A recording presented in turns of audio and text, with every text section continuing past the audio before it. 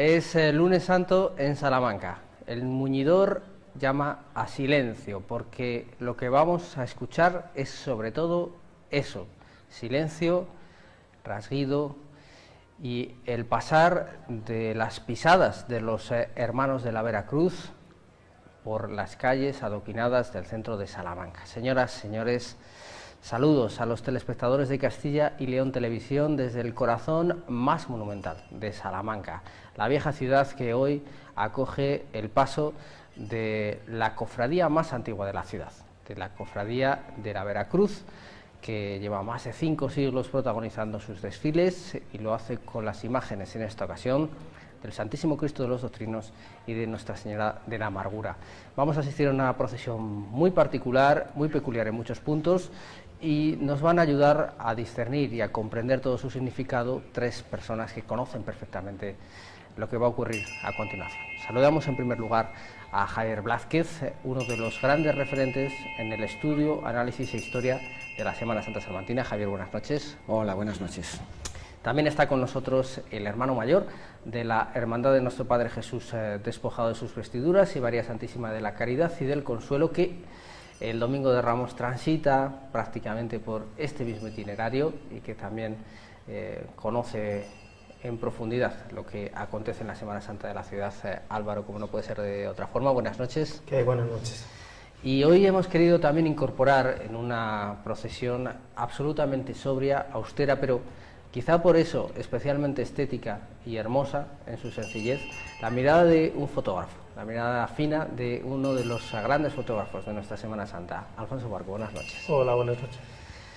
Pues si os parece, empezamos por ahí. Esta procesión que se incorpora a la Semana Santa de la ciudad en el año 85, después de que este lunes hubiera quedado vacío de salidas procesionales por distintas circunstancias y por la crisis que sufre nuestra Semana Santa, ha ido poco a poco desgajándose, Javier, de todo casi aditamento. El acompañamiento musical fue la última decisión, la sobriedad en los adornos florales. En fin, ha sido un remarcar el carácter sobrio, absolutamente sobrio y austero de esta procesión, que hoy para muchos es la procesión más Veracruz de todas las que protagoniza esta cofradía. Pues sí, vamos, si cambiase el hábito, ¿no?, que es del año 45, pues sería la que mejor enlaza con lo que fue antiguamente la Veracruz. Aunque el Viernes Santo también han cambiado algunas cosas en la línea de recuperar elementos. Efectivamente, la procesión del Lunes Santo de la Cofradía de la Veracruz, desde el año 2006, que celebraron su 5º centenario, ha dado un giro. Desde mi punto de vista ha sido un enorme acierto. La Junta Directiva de entonces, que presidía Jesús López, decide recuperar un poco las características de las procesiones salmantinas de antaño, ¿no? Y por esa razón pues hacen una renuncia a lo superfluo, a las flores, a la banda de música. Recuperan algunos de los elementos del pasado, como eran las sacras, y construyen un desfile en torno al silencio y a la penitencia, que serían 2 de las características fundamentales de esta procesión. Y también se decide, vemos ya ahí uno de los emblemas, ese Cristo de la Cruz Verde, detrás ya la imagen del Cristo de los Doctrinos. Decía yo, Alfonso, se decide apostar también por las velas, por la cena natural, que, bueno, evidentemente ha ido conquistando la Semana Santa Salmantina por completo y que le da también a estas procesiones un cariz de especial recogimiento, una luz muy particular, un material para que se pueda trabajar visualmente muy específico, ¿verdad? Sí, la luz natural que da una vela es mucho más bonita que la de unas velas eléctricas que se han utilizado en otros momentos, incluso en la Veracruz. A mí la verdad es que la configuración que tiene ahora mismo la procesión, con la determinación esa que se tuvo desde el año 2016 de darle ese tono sobrio, austero, creo que me rectifique Javier, creo que en el primer año tenían un acompañamiento de no sé si de un tambor o dos tambores destemplados, que después los suprimieron. Y la verdad que entre el mundo cofrade ese año chocó un poquito el eliminar la banda de música. Ahora la verdad es que no se concebiría la procesión con otra cosa que no fuera silencio y esa iluminación tan simple de las velas. Y es que cada procesión al final acaba teniendo su espacio y su propio marco. Explicaba yo en la introducción, Álvaro, que bueno, pues, este es el mismo espacio en el que una multitud esperaba a Jesús esponjado, esperaba a María de la Caridad y del Consuelo, donde había, no voy a decir bullicio, pero sí, bueno, pues una manera distinta de expresar el fervor, una manera distinta de expresar la religiosidad, porque esa procesión pues lo ampara y lo estimula. Y hoy la gente que se congrega, y lo estamos viendo, es un silencio también sobrecogedor, es un silencio de respeto. Al final son muchas maneras de expresar el respeto. Hoy la propia cofradía, a través de sus redes sociales y de sus comunicados públicos, pedía por favor que no se aplaudiera a la salida de su capilla, pedía que no se aplaudiera al paso de sus hermanos, o cuando se viera cómo portaban a hombros las dos imágenes. En fin, es el mismo espacio, la misma ciudad, seguramente en gran parte las mismas personas, pero hoy toca otra cosa. Claro, cada hermandad busca lo que cree que es mejor para su desfile procesional, para su procesión, pero no solo mejor por un hecho de que los cofrades queramos manifestarnos de diferentes formas, ¿no?, sino que también es una forma de entender cada momento. Yo creo que este momento y la configuración de la cofradía lo que pide es el silencio. Por lo tanto, yo creo que todos estamos llamados a reeducar a todos los ciudadanos en cómo entender las cofradías. Claro, a la gente muchas veces que no está situada y que va simplemente a ver un desfile procesional, pues dice, esto es igual que lo del otro día, ¿no? Son dos pasos, hay unos cofrades, pero claro, no es lo mismo, ¿no? Yo creo que lo que tenemos que intentar es en la búsqueda de eso, ¿no?, que cada cofradía nos está marcando cómo está viviendo su estación de penitencia, su desfile procesional, y así debemos de respetarlo. Y es que este lunes santo, con ese silencio que solo se va viendo interrumpido con las llamadas del muñidor, otro de los elementos recuperados, es el silencio que precede a la ilustre, Javier y venerable cofradía de la Santa Cruz del Redentor y de la Purísima Concepción de la Virgen, su madre. Es la cofradía de la Veracruz y, en el ámbito cofrade, la cofradía de los Azules. Por eso daba yo todo el nombre completo oficial de la cofradía, mientras vemos ya la aparición del Cristo de los Doctrinos, ahora hablamos sobre él, pero es la cofradía que nace de la fusión de dos cofradías y que tiene esas dos devociones, como queda perfectamente de manifiesto en su capilla, la Veracruz, la Santa Cruz del Redentor, y la Purísima Concepción de la Virgen, su madre. Es también mariana, ¿no? Es cofradía penitencial, pero tiene esa vertiente mariana muy destacada, y eso se refleja en la misma capilla, que está presidida por esa extraordinaria Inmaculada Concepción de Gregorio Fernández. Entonces la cofradía de la Veracruz tiene un pasado inmenso, dilatado, con una imaginería grande, con unas tradiciones también muy ricas, y a pesar de los distintos momentos que ha atravesado, tanto de bonanza como de carencias, pues uno ve sus instalaciones, observa su desfile y ve que ahí hay muchos siglos de historia. Hay un pozo, bueno, pues casi milenario, hablamos de 500 años en la calle, con distintos cambios, con distintas adecuaciones, y con ese diálogo, Alfonso, que se repite casi en forma de tópico, ¿no?, pero que hoy encuentra ese sentido, el diálogo entre pasión y piedad. Estamos viendo hoy sí la Purísima, el convento de las Agustinas, el Palacio de Monterrey, iluminado con ese tono cálido, precioso, dorado de la piedra de Illa Mayor, y la pasión que ponen hoy los azules de la Veracruz, los hermanos en silencio con sus velas encendidas. Es una imagen de contraste que al final resulta realmente muy rica en sentidos y en significados. Estamos hablando de la pasión. me voy a ir a 24 horas antes. Ayer a estas horas estaría entrando Jesús despojado y había una multitud mucho más bulliciosa en el mismo sitio celebrando lo mismo. Hoy solo tenemos silencio.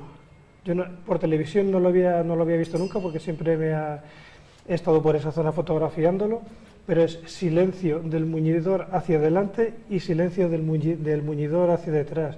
Todo eso arropado por esta monumentalidad, por esta luz cálida de la piedra de Viñamayor, cubierto por esta hora azul que se está viendo en el cielo, y es un espectáculo precioso, tanto para alguien que sea creyente, que obviamente lo va a ver con muchísima más pasión, con más emoción, más sentimiento, o alguien que simplemente lo esté disfrutando estéticamente.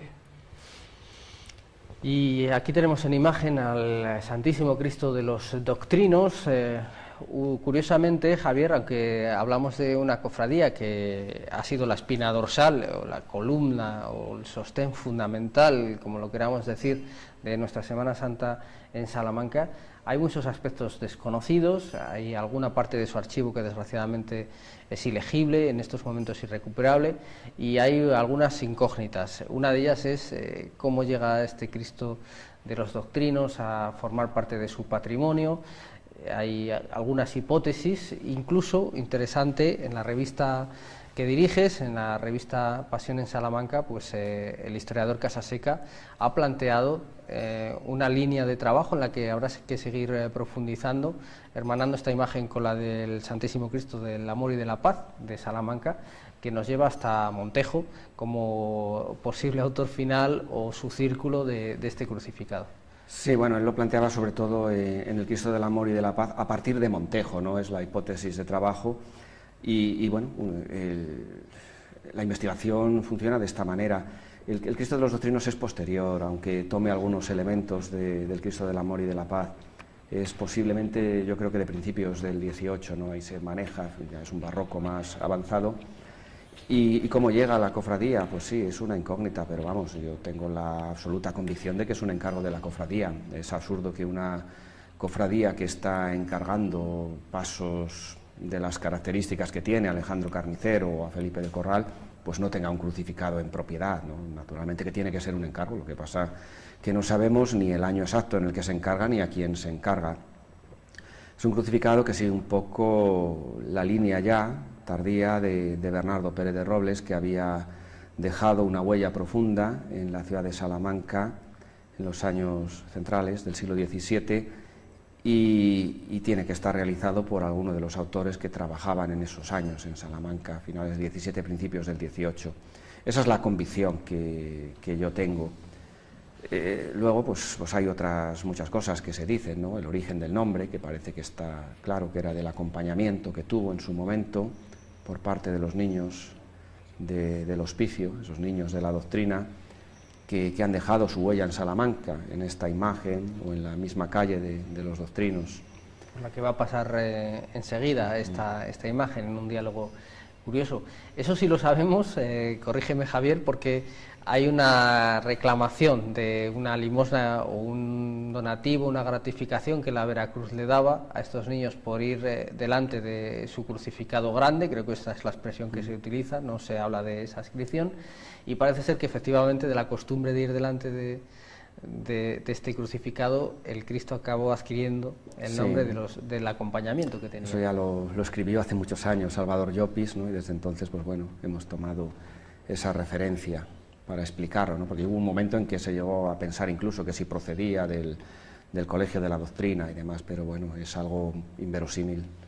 Que no hubiera un crucificado claro. En la cofradía de la Veracruz, teniendo en cuenta que era pues una figura fundamental de sus celebraciones en Semana Santa y durante todo el año, teniendo en cuenta pues esa salida del Viernes Santo, esa procesión del Santo Entierro. Para presidir la iglesia me refiero, porque luego como en la Semana Santa pues ellos utilizaban el crucificado del Cristo del Descendimiento, ¿no? Para tanto el Descendimiento como el Santo Entierro. Jesús nuestro bien, efectivamente, como lo conocemos hoy.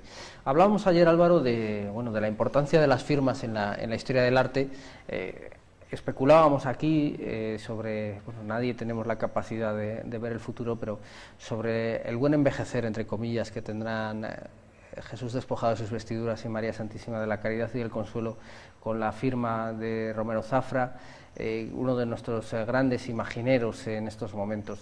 Pero es verdad, se repite siempre, que no siempre es necesario que hablemos de figuras de extraordinaria calidad, en este caso el Cristo de los Doctrinos lo es, pero no sabemos su autor. A veces nos obsesionamos con escribir una obra, con saber exactamente quién la hizo, con ponderar la calidad, y es verdad que tenemos la suerte de tener grandes tallas en la Semana Santa de Salamanca, aunque en la mayoría de los casos, como hoy, pues no formando un conjunto, como así lo ha apostado el misterio del flagelado, pero todo camino es válido para llegar a ese diálogo con el creyente, ¿no?, con el fiel.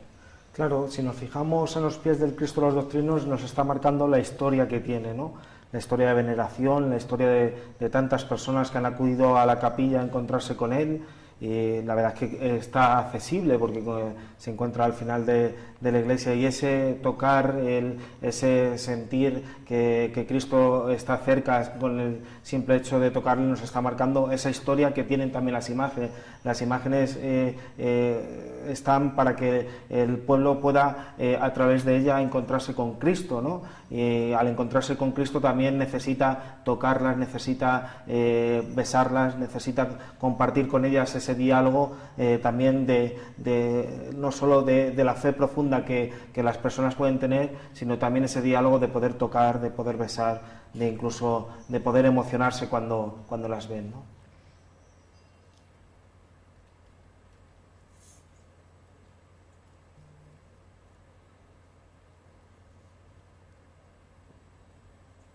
El silencio es verdaderamente atronador. Bueno, pues decía que también se decidió, como venimos comentando, cambiar las flores que acompañaban al Cristo de una forma más tradicional por esos cardos, y últimamente, creo que ha sido pues quizás hace 2 o 3 años, no recuerdo en este momento bien, pues se ha elevado el monte para favorecer también todavía más la solemnidad de esta cruz, que es uno de los grandes crucificados en esta escena sensacional que vamos a ver ahora con la subida de la compañía, que eso también ha cambiado un poco la manera de mirar al Cristo, y quizás este Cristo de los Doctrinos os ha concitado más interés del que a lo mejor venía atrayendo, porque ha sido de repente otra manera de descubrir que era una obra sensacional. Yo ahora mismo no me imagino la figura del crucificado sin los cardos, no lo contemplo con un adorno floral. Los cardos van en consonancia con el carácter austero y sobrio de la hermandad. Es unas flores secas, el silencio, el ruido de las cadenas, va todo en consonancia.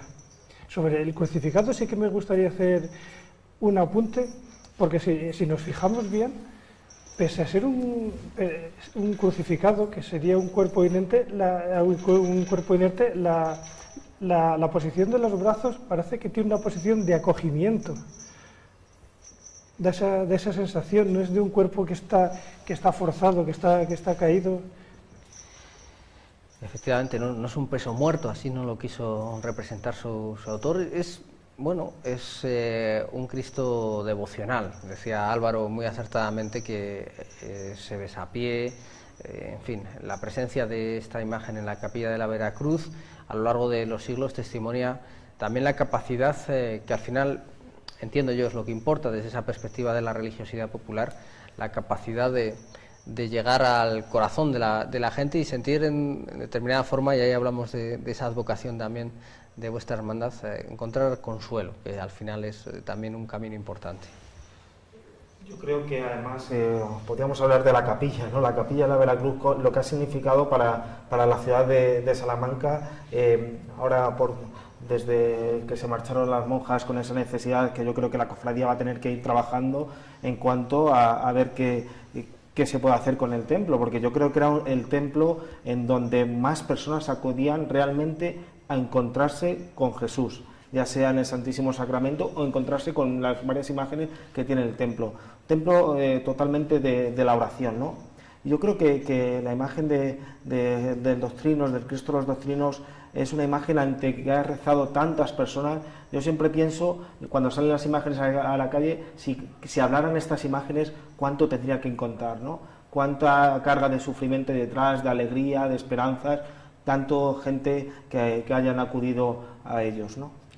Han depositado sobre ellas efectivamente pues sus anhelos, sus desvelos, sus esperanzas, sus decepciones, en definitiva la petición de consuelo. También ha ido cambiando poco a poco la configuración en esta procesión, Javier, de Nuestra Señora de la Amargura, que tenemos en imagen. Es por esas cosas que pasan a veces, corrió en alguna guía la manía, digamos, de ascribirla a una obra como muy tardía, del siglo XIX, no se daba gran valor. Bueno, subrayamos esta característica de Nuestra Señora de la Amargura, una imagen perfectamente fechada en el año 1615, de hecho integrante de uno de los conjuntos escultóricos, el conjunto escultórico como tal más antiguo de nuestra Semana Santa, y que también a través del vestuario y de, bueno, y de su corona, de su diadema, del ajuar, por cierto, estrena Rosario de Plata. Nos lo ha hecho llegar la cofradía, hacemos este apunte, donado por Santiago Gallego Álvarez, que fue precisamente la persona responsable de hacer este año la primera llamada, la llamada de honor, en el Vía Matriz, ante la imagen de Nuestra Señora de los Dolores, precisamente el pasado Viernes de Dolores. Bueno, pues sí, la procesión del Cristo de los Doctrinos culmina con esta sencilla imagen de la Virgen de la Amargura, que se concibe para otro acto, no para procesión, se concibe para el acto del descendimiento, y es donde, desde mi punto de vista, encaja perfectamente.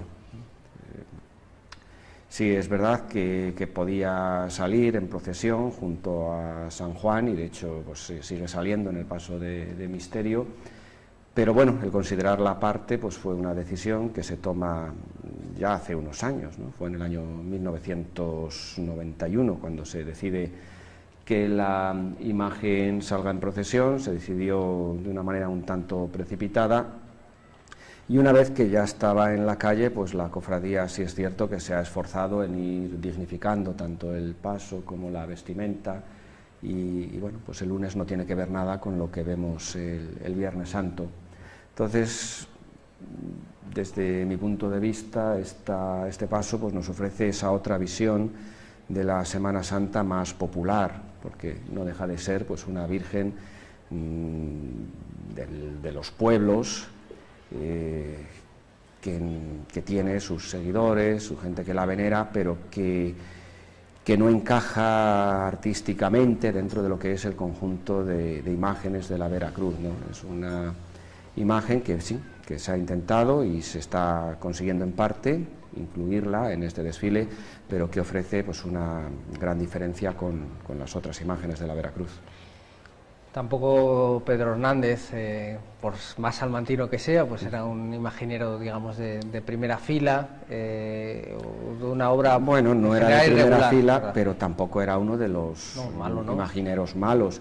Lo único que también depende de los encargos que se hacen a cada escultor y de lo que se les paga, y si hace el escultor o hace el taller. Entonces las imágenes del descendimiento se encargan con mucha prisa. Me imagino que no pagarían tampoco mucho por realizarlas, y bueno, pues esas son las circunstancias en las que nacen las figuras.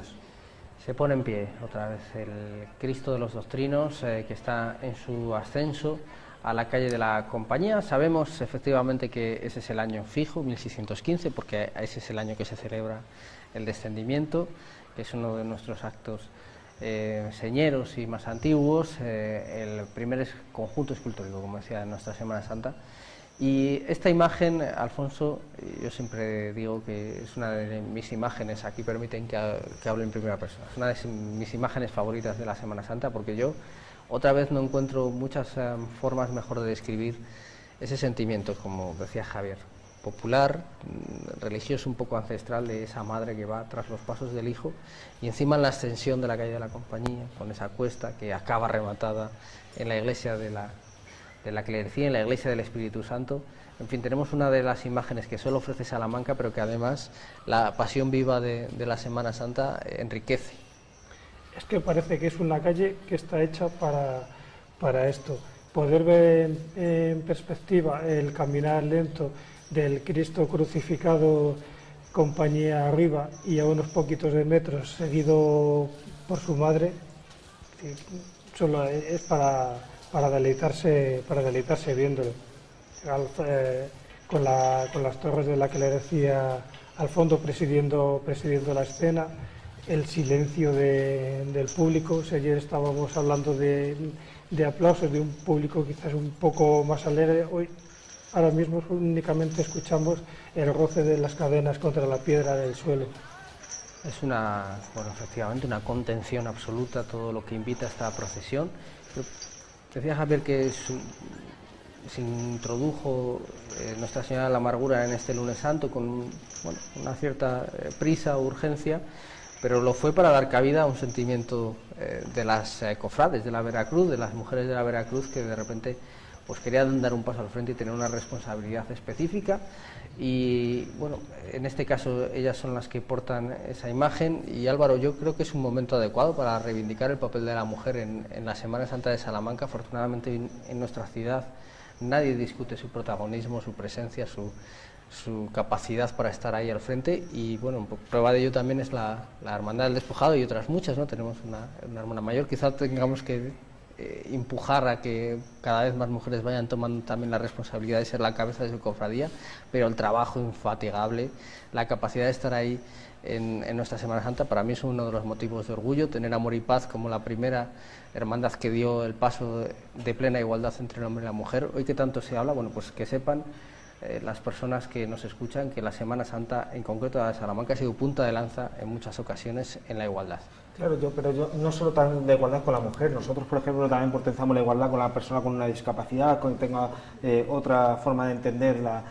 Yo no solo por el hecho de ser mujer, yo creo que toda la persona que sea válida tiene que estar en puestos de responsabilidad. El hecho de ser mujer no es que sea un plus, es igual que el que sea un hombre, ¿no? Pero en este caso, por ejemplo, Beatriz, que es la vicehermana mayor de la hermandad, pues perfectamente podría ser hermana mayor, igual que tantas otras mujeres, ¿no? Yo creo que el papel de la mujer en la Semana Santa de Salamanca está no solo valorado, sino está reconocido. Yo creo que todas las hermandades lo tienen, ¿no?